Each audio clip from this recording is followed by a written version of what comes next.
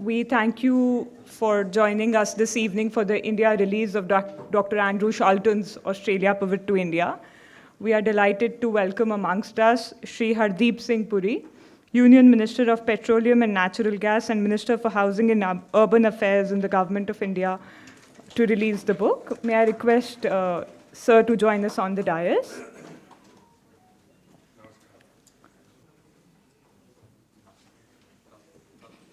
May I now request Dr. Andrew Charlton, the author of the book and a member of the Australian House of Representatives from Parramatta, to join us on the dais, please.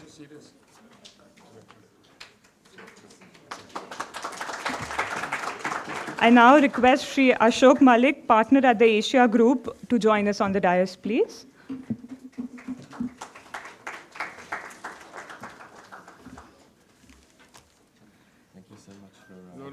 May I now request Sri Shaurya Doval, member of the Governing Council of India Foundation, to join us on the dais.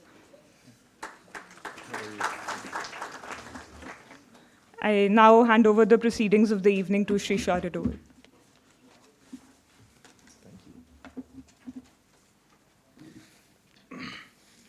Namaskar, good evening. On behalf of the India Foundation, I welcome the Honorable Minister and the author of the book, Mr. Andrew Charlton, to this book launch. Just for everybody's information before I start, this will be in two parts. There will be the release of the book by the Honorable Minister and a few words by him, which will be the first part. And the second part will be a conversation with Ashok Malik, my friend, and Andrew Charlton, where they will talk about the book. Well, we are very grateful to all of you to have joined us this afternoon. And we're delighted that all of you could be here with us. This is a very interesting book, and obviously the author will speak about the book. But from my perspective, this book is interesting because Andrew really is representative of represents the opportunity that the India-Australia partnership holds for the future. His thinking represents the important aspects of how this relationship will, as he uses the word, pivot in the future. And there are many things that we talk about the Australia-India partnership in the last 75 years, and the book dwells on all of them. But the most important part, which is the economic partnership and how it will pan out, is really something that Andrew, as a politician, as somebody who works with the people, brings to the front. So I'm very delighted that he's here and he can launch the book with us today and then actually share his thoughts in person with all of us. Now, can I just get Andrew to come up here and take the stage from me and share his thoughts?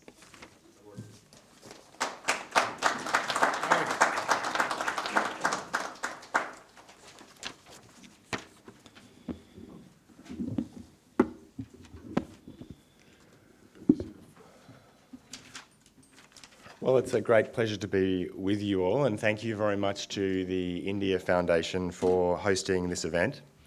I want to acknowledge many of the distinguished guests that we have here with us today. First, Shri Hardeep Singh Puri, the Minister for Housing and Urban Affairs, Minister for Petroleum and Natural Gas. It's an honour to have you with us at this event, not just because you're a minister in the government, but also because of your own deep scholarship in international security and relations. Dr. Ram Madhav, President of the India Foundation and a good friend of Australia. Mr. Ashok Malik, Partner and Chair of the India Practice of the Asia Group. My friend, Shaurya Doval, Member of the Governing Council of the India Foundation and someone from whom I have learned a lot about the Australia-India relationship. Nick McCaffrey, the new Deputy High Commissioner in Delhi for the Australian High Commission, former Ambassador Anil Wadhwa, former High Commissioner Gitesh Sharma, former High Commissioner Manpreet Vohra, a much loved person in Australia, Manpreet, someone for whom Australia has enormous affection, and someone who has left a very significant legacy in the strength of the Australia-India relationship. You are already much missed in Canberra, Manpreet. Former Consul General and Ambassador Amit Dasgupta, And I also want to welcome many of my friends who have travelled from Australia to be here at this event. Sanjay Deshwal, Sanjay Patel, Venkat Jairaj, Sean Starr, and Dr. Virk, and many others as well. I'm delighted to be here in Delhi at this book launch, although the purpose of my trip to India this time was actually a family trip.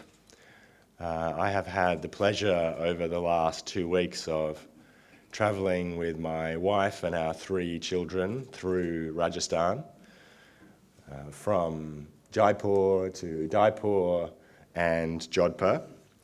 We have climbed over majestic forts together. We have marvelled at bejewelled palaces. We have enjoyed fabulous food and warm hospitality. And it has been a great joy for my wife and I to introduce our children to India, and I'm sure that we'll be back many times. Before we left for India, back in Sydney, we celebrated Christmas. And in Sydney, as you know, Christmas is a little different to what you see in the movies made in Europe and the United States. We're not huddled around fireplaces or making snowmen. We're at the beach, sweltering in very hot weather. And this year, as we were celebrating Christmas in my family, my wife's Christmas present to me was a spade, some secateurs, and an edging tool, because she knows that I enjoy spending time in our garden. And as any gardener knows, getting plants to grow is a delicate activity. You need a little bit of skill, you need a little bit of luck, and you need a lot of patience. And before you even begin to put the plants in the ground, you need to make sure that the conditions are right. You need to make sure that the soil is fertile and well fertilised. The season and the weather must be favourable, the water must be present. All these conditions have to be there before you can even put the plants in the ground. And I feel that in Australia's relationship with India, the conditions have never been more favourable. Our interests have never been more aligned. Our nations have never been more friendly. And as evidence of this, you only need to look at the bilateral traffic. In the last year, Prime Minister Modi visited Australia, becoming the first Indian Prime Minister to visit Australia twice. And also in the last year, Prime Minister Albanese visited India 2 times, becoming the first Australian Prime Minister to visit India twice in 1 year. In fact, no less than 13 Australian ministers have visited India in the last year, which is by far a record. And this reflects the favourable conditions in the Australia-India relationship. But the question becomes, what should we plant in those favourable conditions? And I think our challenge right now is, how do we deliver real and tangible harvests from these favourable conditions? What should we achieve now that we have the conditions of a strong relationship right? And how can those achievements strengthen Australia, strengthen India, and be a force for good in the world? And that question is the preoccupation of the book that we are launching today. And the message of the book is simple. The message of the book is that it is incumbent upon us to use the opportunity of this strong bilateral relationship to achieve substantial things. In the words of the gardener, to plant big trees that bear valuable fruit for Australia, for India, and for the region that we share. The book is structured in 4 parts, and those 4 parts reflect the development of Australia's relationship with India over the decades since independence. The first part of the book is called Acquaintances. The second part is called Friends. The third part is called Family. And the fourth part is called Partners. And through each of these chapters, the book charts how Australia's relationship with India has deepened and overcome many of the obstacles it has faced. The first part of the book, Acquaintances, describes the post-independence decades when Australia's relationship with India was not as strong as it is now. In those decades, Australians' relationship with India was both unusually and unfortunately quite distant. In fact, in the 1950s, Australia's relationship with India had sunk so low that Paul Hasluck, who later served as Australia's Minister for External Affairs, said that Australia's relations with India were worse than any country, including Russia, a strong statement from a country in alliance with the United States.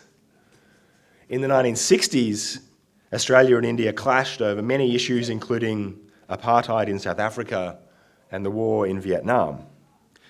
In the 1970s, the Australian Prime Minister Gough Whitlam felt compelled to admit that, and I quote, "there was something missing in the relationship."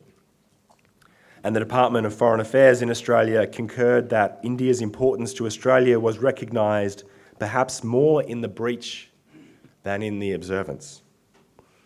And in the 1980s, Australian diplomats wrote back that there was a sense of drift in Australia's relationship. This was a period in which Australia and India looked past each other.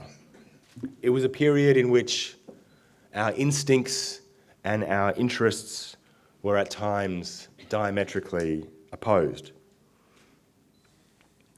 And one of the reasons for this is that the fundamental motivations that were guiding much of Australia's foreign and economic policy at that time were divergent from India's motivations and instincts. Alan Gyngell, the famous Australian foreign policy expert, described Australia's primal foreign policy motivation as fear of abandonment. As a small country on the edge of the world, we had always sought to tie ourselves to a great power, first the United Kingdom and then the United States. Whereas India's primal motivation was quite the opposite. Rather than fear of abandonment, it was fear of subjugation after a long period of colonisation. And these differences in approach led us down entirely different strategic and economic pathways. But fortunately, this period of relative estrangement in Australia's relationship with India was short-lived. And over the course of the 1990s, several developments caused Australia's relationship with India to significantly improve.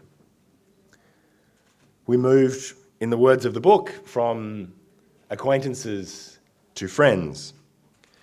And 3 events were responsible for that burgeoning friendship. The first was the end of the Cold War and the dissolution of the USSR, which caused many countries to rethink their foreign policy and opened new opportunities for strategic alliances between Australia and India. The second event was India's economic liberalisation, an extraordinary achievement that unleashed its economy, grew its middle class, and enabled much stronger business relations with Australia. And the third factor in the 1990s was the changing pattern of Australian migration. Indian migration to Australia grew significantly as a result of changes in migration policy, which caused Australia to focus more on skilled workers and more on workers with greater educational attainment, which enabled us to focus on India as a major source market for migrants. And over time, these developments significantly strengthened Australia's relationship with India. If we had moved over the course of the 1990s from acquaintances to friends, in the course of the 2000s, we moved from friends to family. And in this section of the book, I describe a very important part of Australia's relationship with India, which is the impact of the Australian diaspora on Australia and on bilateral relations. Now, as many of you will know, Australia is home to more than 1 million people of Indian descent. Now, 1 million people in the context of India might not sound like very many, but in the context of Australia, it is a large and wonderful, relatively new group of Australians. In fact, 1 in 25 Australians now has Indian heritage. And today, Indian Australians are the fastest growing of all the nation's main ethnic groups. The number of people in Australia who are born in India has increased 7-fold over the last 2 decades. And to give you a sense of how meaningful this has been in Australia's migration program, between 2016 and 2021, 1 million people arrived in Australia from other parts of the world. And nearly a quarter of those million people were from India. Indian-born Australians will soon become the largest migrant group.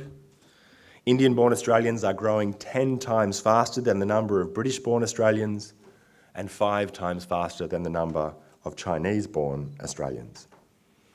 And these Indian-born Australians have made a massive and positive impact on nearly every aspect of Australian life, from business to politics to media and culture. And let me give you just one example, which I'll pluck from the world of cricket. To think about the impact of the Australian diaspora on Australian life, if you think about the impact just on cricket, Australia, as you know, like India, is a cricket-loving nation.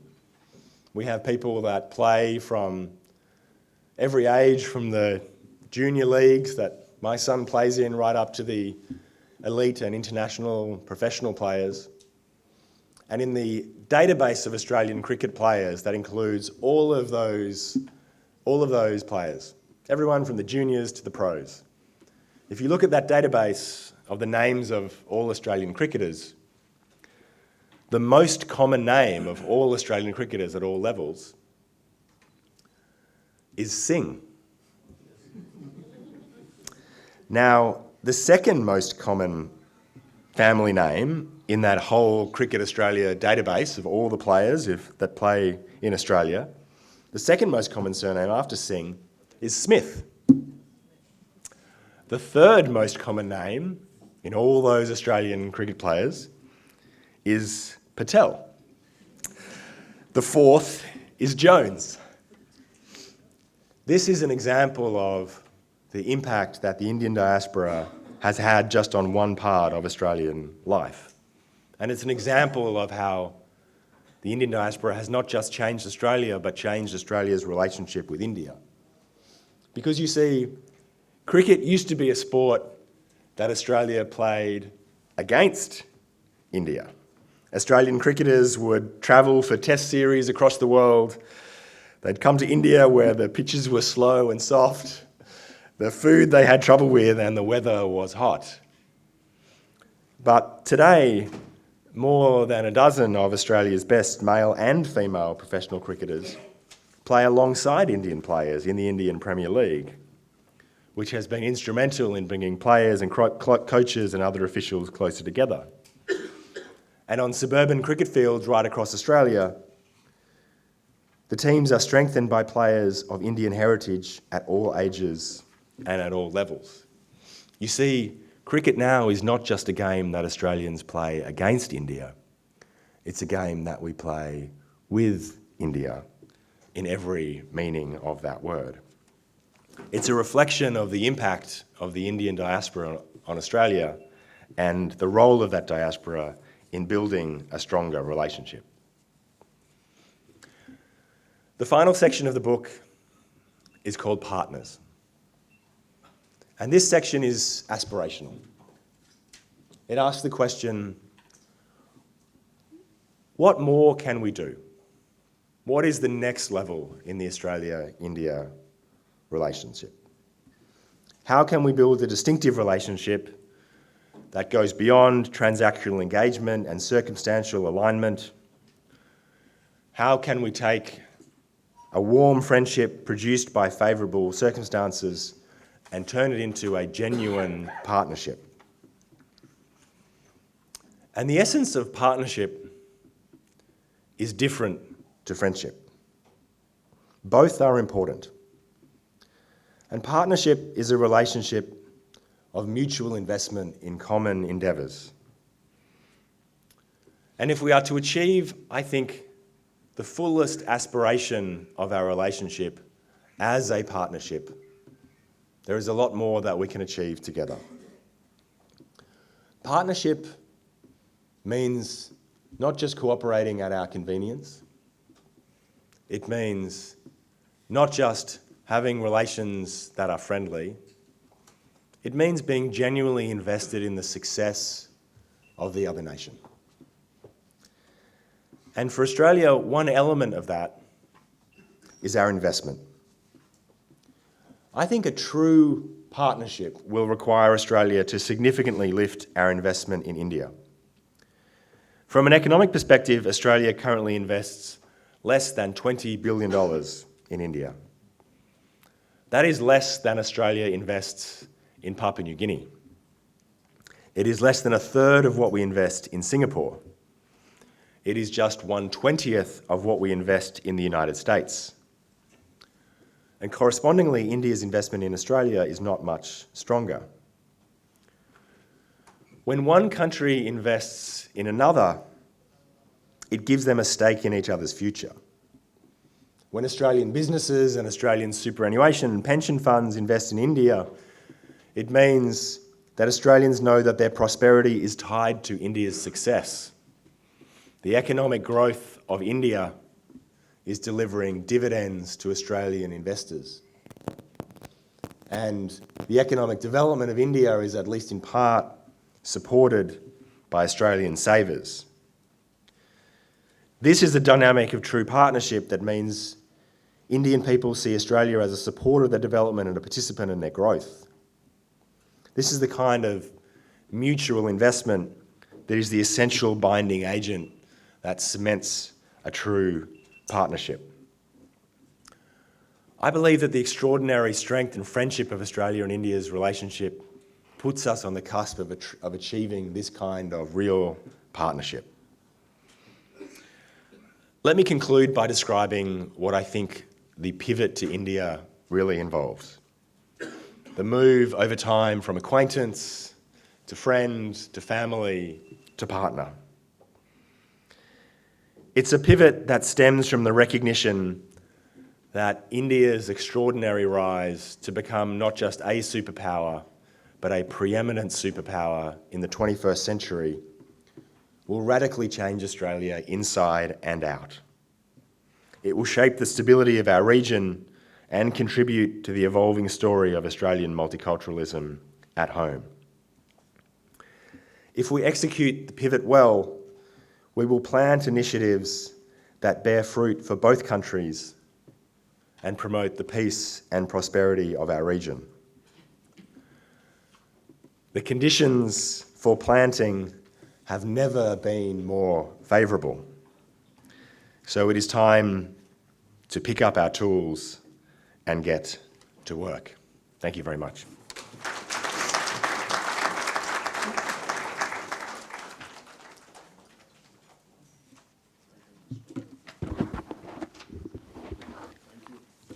Thank you, Dr. Charlton.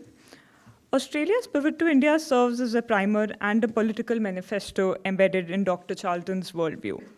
The book was released by the Honourable Prime Minister of Australia on September 27, 2023 in Parramatta. May we now request Sri Hardeep Singh Puri, Union Minister in the Government of India, to release the book in India.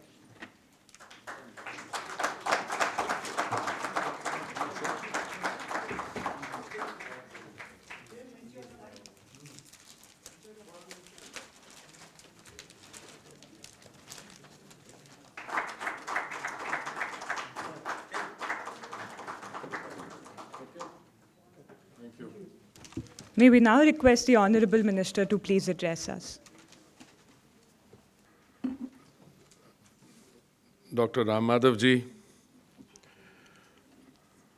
the distinguished author Andrew Charlton, my friends Ashok Malik, Shaurya Doval, and I have so many other friends in this gathering that if I were to start naming each one of them, that will take up most of the time that's been allocated to me.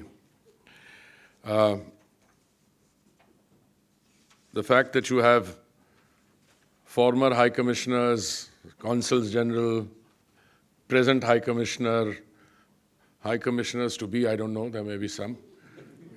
I think it speaks to the number of people invested in the relationship. When Ram Madhav ji called me to invite me for this event, I must say I was initially reluctant because I've been spending most of my time in the interiors of rural Kerala, Karnataka and elsewhere on Viksit Bharat Sankalp Yatra. But then when he told me what the title of the book is and who the author is, I immediately agreed. And I must start upfront by saying that I'm deeply impressed by this very elegantly crafted book. And I will tell you why I am so impressed. One is that the author doesn't obfuscate at all. There are issues which are maybe not relevant to the bilateral relationships, but there are issues which, in a sense, reflect the preoccupations of the two countries since the early 50s. And then there are also some issues following from those respective preoccupations, which visited the relationship. Many of my colleagues here, I see many of them have dealt with the bilateral relationships in a multilateral context. And we've been chasing and pursuing what we perceive to be of paramount importance to us at that point of time. With the passage of time, of course, we are mature enough to learn that perhaps we were not entirely right, and I'll come to one or two of those instances. But I think Australia's pivot to India, both the title and its contents, raise more basic and fundamental questions.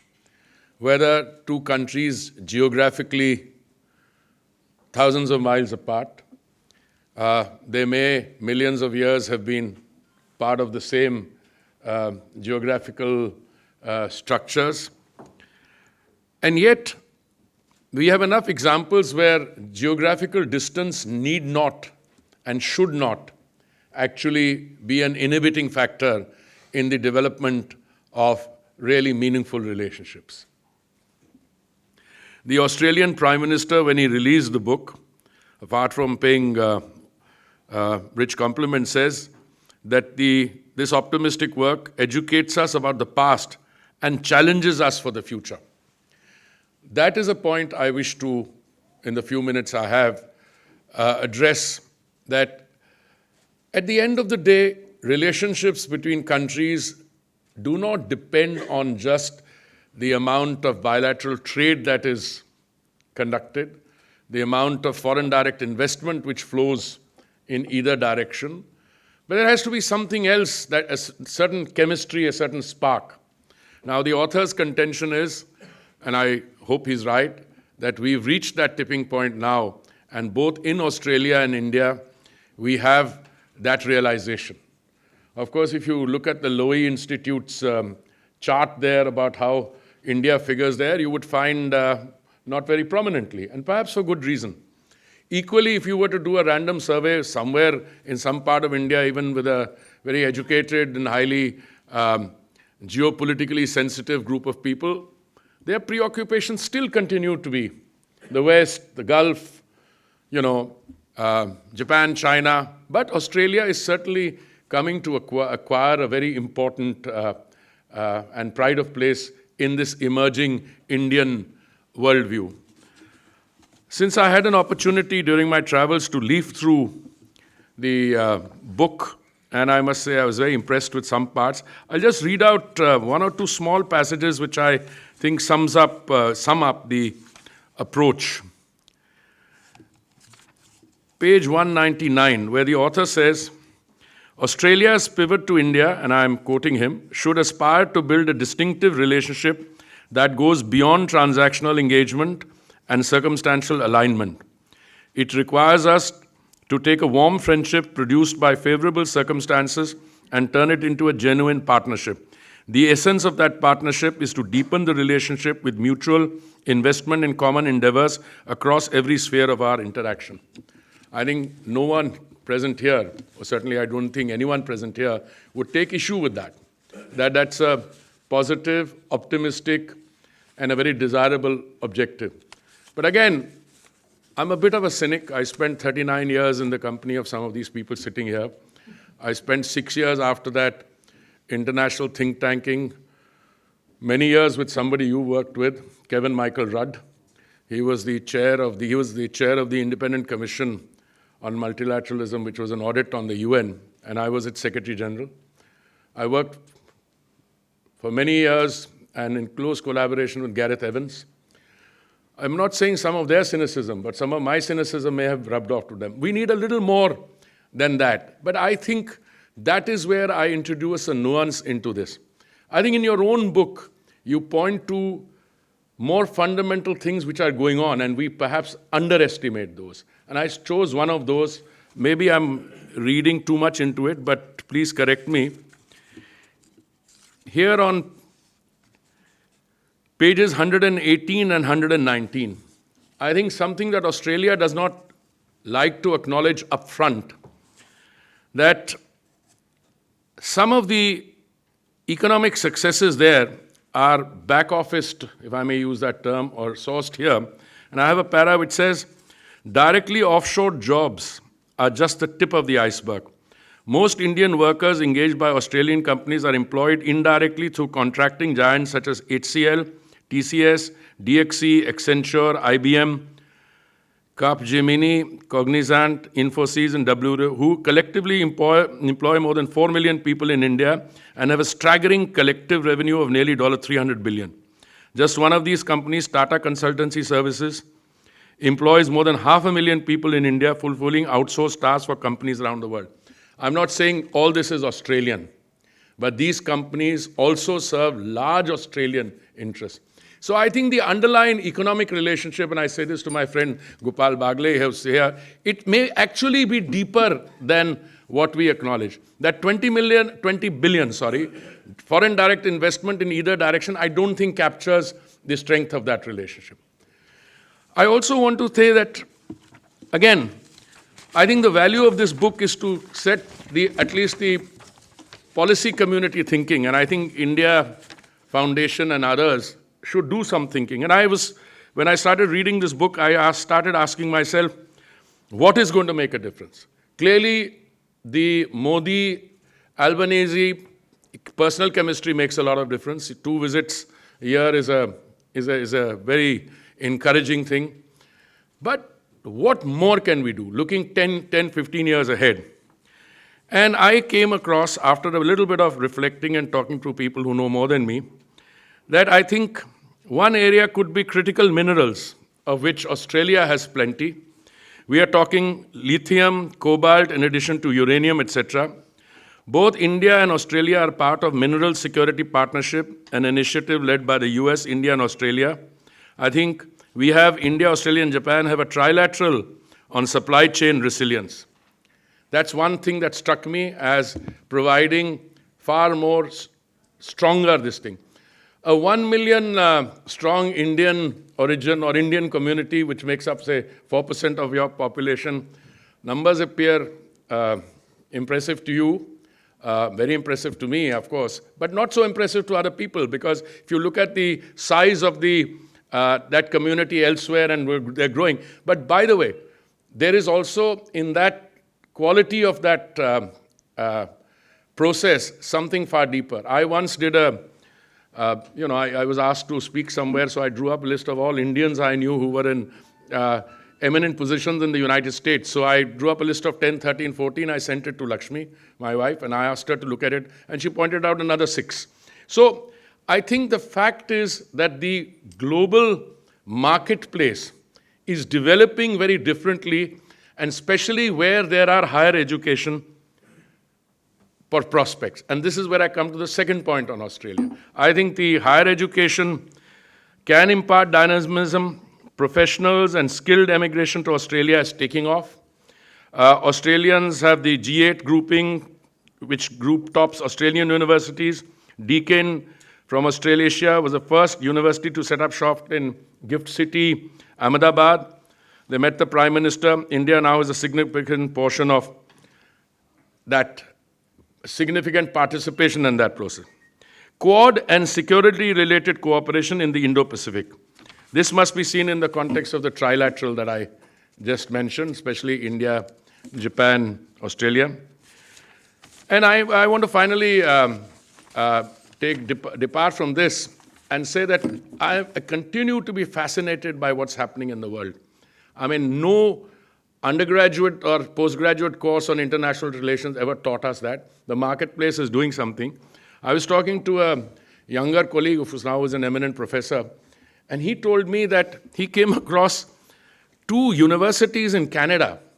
And I asked, because I didn't believe him, I asked him to give me the name. He said, one is Capilano University in the University of Canada West. 70% of the students there are from Punjab. They don't speak a word of English. And all use a period at the university to get a driving license. And then they tie up with the most sought-after job is truck driving. Now, to me, that's a very, not something I would look for, but that's what is happening. So what's happening in my state of Punjab is that, if you drive from Amritsar to Jalandhar or to any other part, you have these big boards all over the place saying IELTS. So I said, what is this? And for a long time, I couldn't understand. Say that they were teaching you enough English for you to hoodwink the person at the other end, maybe give you the right accent also. So here are these guys who go there, because if you're an educated postgraduate teacher in the Punjab, and you go to Canada, that's not that much of a fascination. But if you're young, able-bodied, and you enroll into this university, and you spend your time there getting a driving license, then you're available for a truck driving job, which is very well paid, I'm told. Now, to me, that's not how I would structure it. But I think the world is changing. And I think your book raises some very, very interesting things. I have just given you 2 or 3 ideas on what I think will make for more, how do you put it, more resilience and more gravitas into the economic relationship. Because I think you need to do that if we are thinking of a qualitative stage ahead. There's nothing that I read in the book with which I would disagree, except one section where you say that we would take about another 3 years or so to become a $4 trillion economy, another 5 years or so to become a $5 trillion economy. Maybe the statistics I read, but that's an Indian habit, so forgive that. I think we are close to a $4 trillion economy, but that's not the point. The point is that the 2 economies ahead of us are $4.1 and $4.3 trillion, Japan and Germany, or the other way around. And there the economic growth has either been quarter-on-quarter negative or just about in one of them 0.6%, whereas we are growing at 7.7%. No, that's not important who grows at what pace. But I think the fact is you are looking at an India with growing economic opportunity between now and 2025 and 2030. I think even if you make allowance a little bit for the Indian jingoism in this, and you Australians have your own share of it, so it'll come easier understanding. But I think there is a great economic opportunity, because there was a time when, as you said, say in your book, Nehru opened the Asian canvas to Prime Minister Menzies, but he chose to go past it. My friend Kevin Rudd appointed, I think, Peter Verghese as High Commissioner here, and Kevin has always been a strong supporter of Asian engagement, of China. Now some of us say a little more, but I've known Kevin very closely. He has, whichever position he's been at, he's actually President of Asia Society elsewhere. There are individuals. But I think solid economic relationships are not built on individuals. I think both India and Australia have reached a point where the relationships have matured and are now at the point of takeoff. Whether the takeoff means there's a runway which you still have to do to gather speed, etc. But I think, and your book is very timely.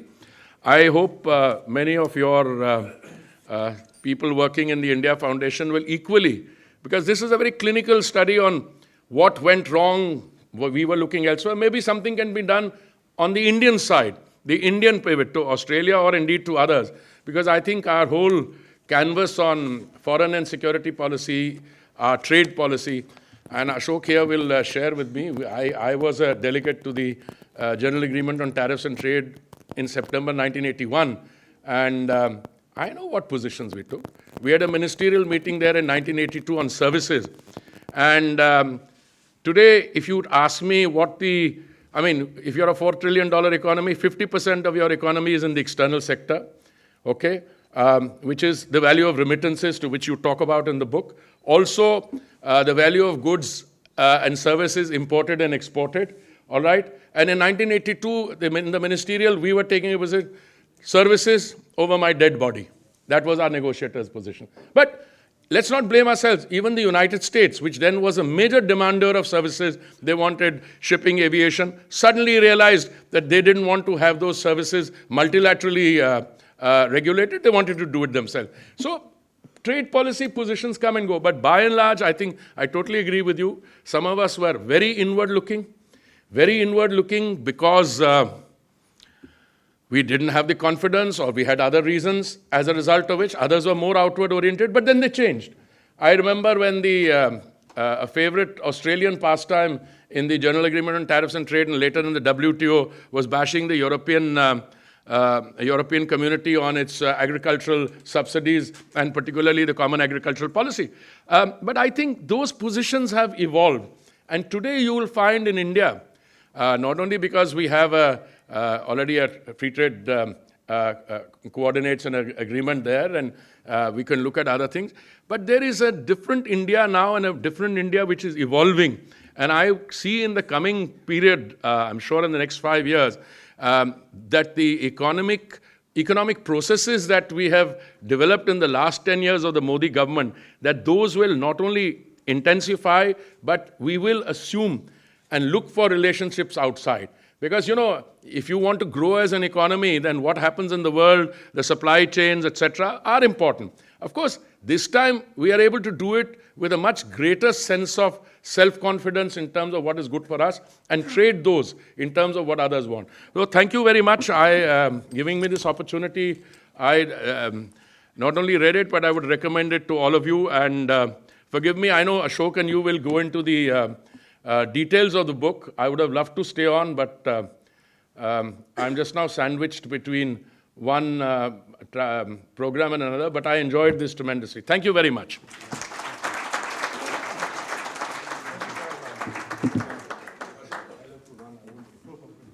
Thank you, sir. May we request you to stay for the felicitation, please.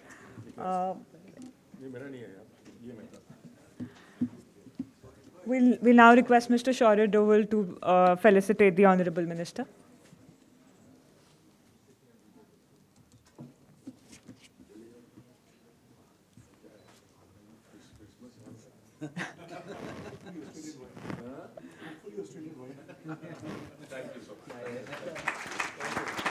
Mr. Andrew Charlton.